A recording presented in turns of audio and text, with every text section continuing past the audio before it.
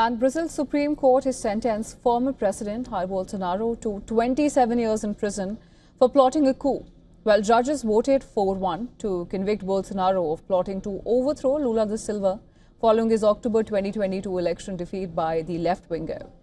Well, the sentence could see the 70-year-old leader spend the rest of his days in jail.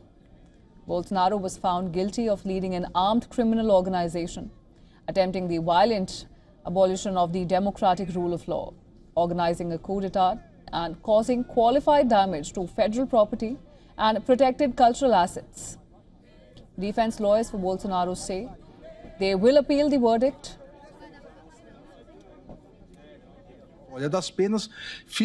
I set the final sentence for the defendant Jair Messias Bolsonaro at 27 years and 3 months, consisting of 24 years and 9 months of imprisonment and 2 years and 6 months of detention. While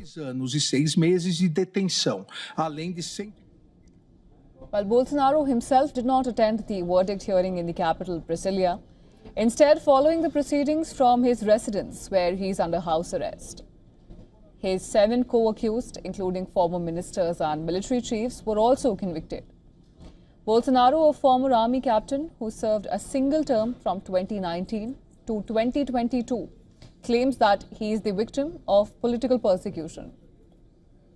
On the streets, Brazilians remained divided over the historic conviction. The trial drove a deep wedge through Brazilian society between those primarily on the left, who saw it as a vital test of the country's democracy, from those mainly on the right, who viewed it as a political show trial.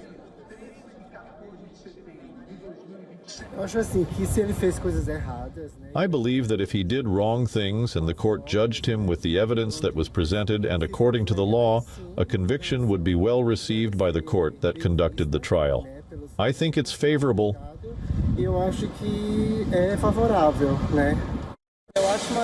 I think the condemnation is shameful, to be quite honest. I think it's unfair. But the trial has also led to an unprecedented crisis in relations between the United States and longtime ally Brazil. Washington was quick to respond to the conviction. Secretary of State Marco Rubio said the United States will respond accordingly to what he called a politically motivated witch hunt. Trump, who had levied steep tariffs on Brazil as punishment over Bolsonaro's prosecution, has labeled the verdict very surprising.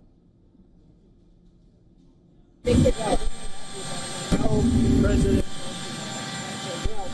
as the leader of a country, and I always found him to be very straight, very outstanding. Actually, as a man, a very outstanding man. I think it's a terrible thing, very terrible. I think it's very bad for the kid. Brazil's government on Thursday rejected U.S. threats. Writing on X, the Brazilian Foreign Ministry said that the threats like those made today by the U.S. Secretary of State Marco Rubio will not intimidate our democracy.